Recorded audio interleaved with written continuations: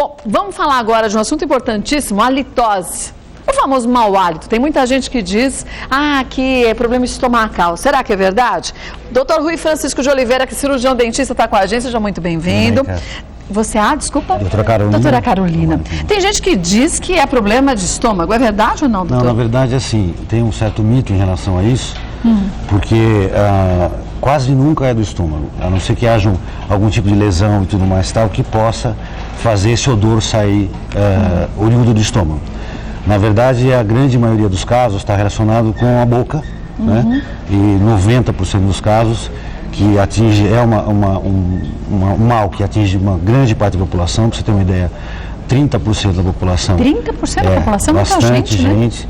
É um assunto muito delicado, porque mexe com a autoestima das pessoas, ele tem a questão comportamental, porque ninguém... E também para se falar do assunto é muito delicado. Ninguém vai chegar, ou pelo menos que não tem uma intimidade, e falar, você está com um hálito horroroso. Se você tem uma intimidade, tudo bem, tem que avisar mesmo, né? Ou o mais correto é que o profissional de saúde possa orientar as pessoas nesse sentido, né? Falar disso de uma forma tranquila e fácil. E hoje tem um exame que pode ser feito para diagnosticar a litose, na verdade, assim, a gente faz parte de um centro de pesquisa a respeito do problema, que não é novo, mas na verdade a gente está desenvolvendo tecnologias e estudando alternativas para tratar disso de uma maneira mais tranquila. Que legal. Deixa eu pedir, Riquinho, quer fazer o teste? Mama, quer fazer o teste? Então venham os dois, vamos fazer os testes. Depois de quanto tempo que a gente consegue o resultado? Na verdade são 8 minutos de leitura. Minutos. Tá. O teste é absolutamente tranquilo, a gente puxa o gás da boca da pessoa, e introduz na máquina, ela leva 8 minutos para fazer a leitura. E é uma tecnologia nova, porque eles são chamados, essas máquinas que analisam os gases que saem da boca, elas são chamadas de cromatógrafos. E esse modelo, ele analisa os gases separadamente. Que é uma novidade. Então você consegue saber direitinho qual? Exatamente aonde que é o problema. Que legal. E dessa forma você pode fazer uma terapia mais específica. Que ótimo. Então como que é feito o procedimento, doutora? Então aqui a gente primeiro vai realizar um bochecho, tá? Com produto. Que ele vai estar estimulando o aparecimento de bactérias, se é que elas existem aí, né? Agora, lembrando que não são todos os lugares que a gente encontra esse equipamento ainda, né? Na verdade, assim, a gente está disponibilizando, esses aparelhos estão agora em centros de radiologia aqui em São Paulo, tem no Rio de Janeiro, no Recife, BH, isso.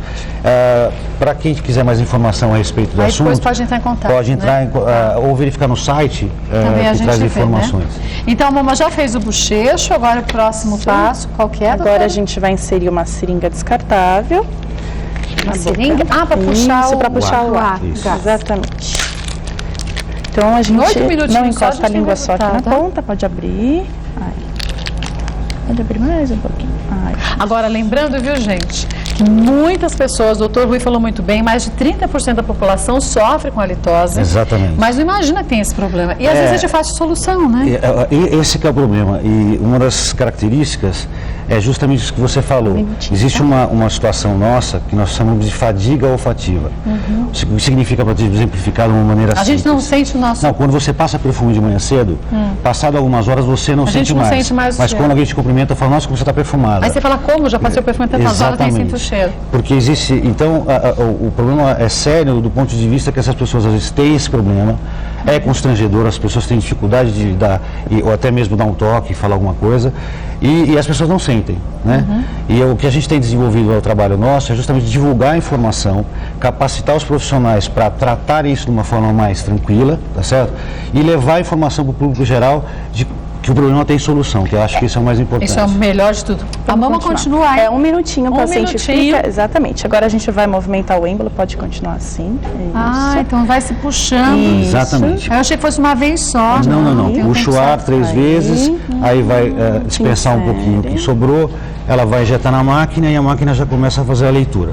A máquina começa a fazer a leitura e consegue fazer um diagnóstico de qual seria o problema. Quer dizer, a pessoa sofre com halitose. Exatamente. Tá, então que tipo de halitose ela tem? Que gás que ela tem em excesso? Na verdade, assim, a halitose é interessante sob o aspecto de que, se você olhar ela de uma certa forma, todo mundo tem a fisiológica, que é aquela que a gente tem ao amanhecer. Tá, a gente acorda com uma hora. Sempre tem.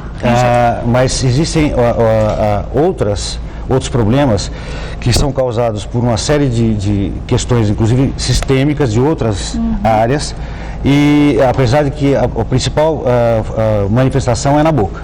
tá certo? 90% dos casos está relacionado a uma placa que se forma na língua, que se chama saburra lingual. E são poucas as pessoas que escovam a língua. Exatamente, esse é que é o problema. A gente fala assim, gente, minha língua é limpa. Na hora que você escova, sai uma borra. Você fala, gente, como minha língua era desse jeito, eu não sabia. Exatamente. Aí você começa a ver a importância de se escovar Sem a língua. dúvida. E o que a gente tem tentado orientar também, que existem instrumentos e mecanismos de limpeza que não causam tanto desconforto. Às vezes as pessoas me falam assim, eu tenho muita dificuldade de escovar a língua, me dá muito mal-estar e tudo mais. Então existe hoje disponível no mercado determinados produtos que fazem essa limpeza ser bastante eficiente sem levar as pessoas a esse desconforto. Que legal. Então eu volto para você me mostrar que produtos são esses, tá bom? Okay. Rapidinho. Olha, hoje estamos falando sobre a litose. A gente vai saber direitinho, o diagnóstico está sendo feito. Quais são as formas da gente evitar e quais as formas de tratamento também. Agora, por favor. Bom, vamos ver. O que você está rindo, mano? Não deu certo? O meu já deu um pico lá em cima, não sei o que é isso. Pico lá em cima, eu também não sei o que é isso. Eu não entendo nada desse tipo de leitura. Agora, ainda está sendo feita a análise, né? Então, a gente vamos começar a falar do que a gente pode fazer para evitar o mau hálito. Então, escovar a língua é importantíssimo. Na verdade, a higienização tem um papel fundamental na prevenção e até, de uma certa forma, controlar. É lógico que existem alguns fatores que não dependem apenas da higienização bucal. Você vai ter que pesquisar, eu estava conversando com a mamãe agora, a litose pode aparecer por diversos motivos. Por exemplo, hoje, quem toma remédio para emagrecer, diurético, ou seja, que causam ressecamento bucal, elas estão propensas a ter esse problema, a passar a ter esse problema. Quer dizer, a salivação é importante também, exatamente, né? Porque a limpeza, ela faz uma autolimpeza, vamos dizer assim, e o principal motivo da formação dessa borra, dessa saburra na língua, é o ressecamento bucal. Eu não sabia disso, não, da saliva. Agora, claro, escovar os dentes direitinho, uso de fio dental para tirar as placas bacterianas e tudo mais. E aí o importante é a gente tentar escovar bem a língua para limpar essa saburra, tá certo?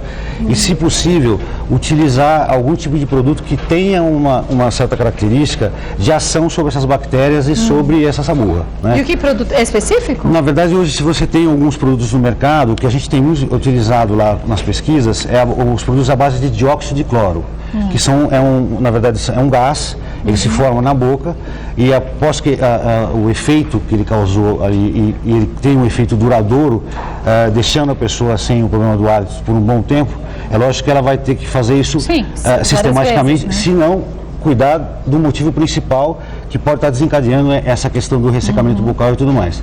Então, hoje, a gente acha que esses produtos à base desse dióxido de cloro são os melhores para prevenir, né? Porque também é aquela história, o médico não pede o exame e te examina esperando que você esteja doente. Não, a gente espera que não tenha nada, a gente nunca sabe. Por isso que é interessante a gente estar trazendo essa informação para as pessoas não se sentirem... não ficarem desconfortáveis, até para fazer o exame e tudo mais tal, porque é importante do ponto de vista de saber se você não tem um problema, o que você precisa fazer para não vir a tê-lo.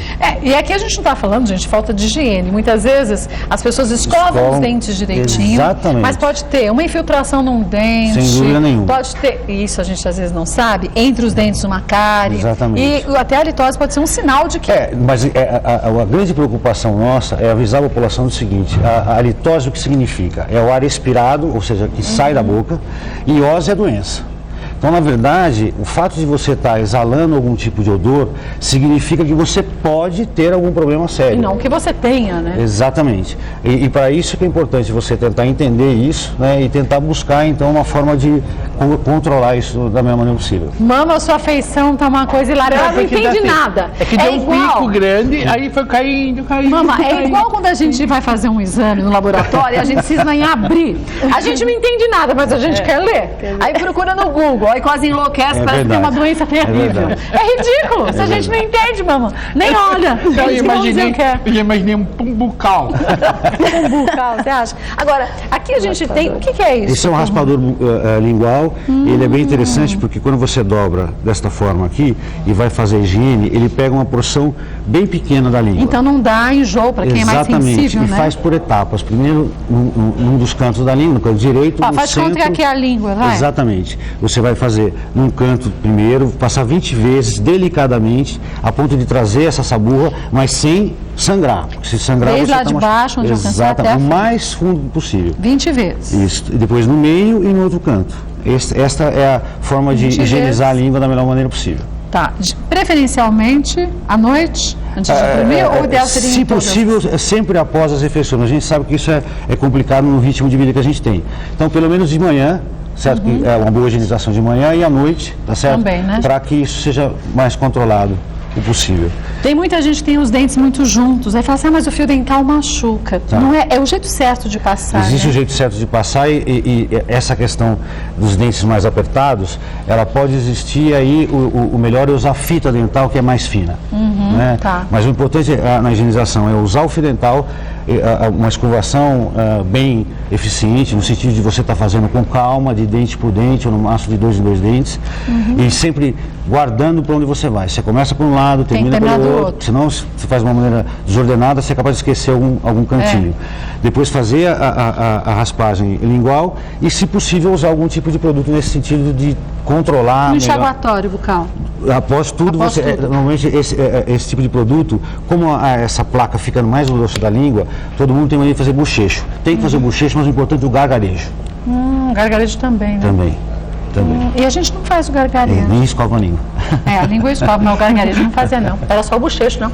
É super importante. É super importante porque da língua. as Esquece a bactérias... língua? Esquece. É interessante até falar sobre o gargarejo. Algumas pessoas têm algumas bolinhas que podem sair das amígdalas, né?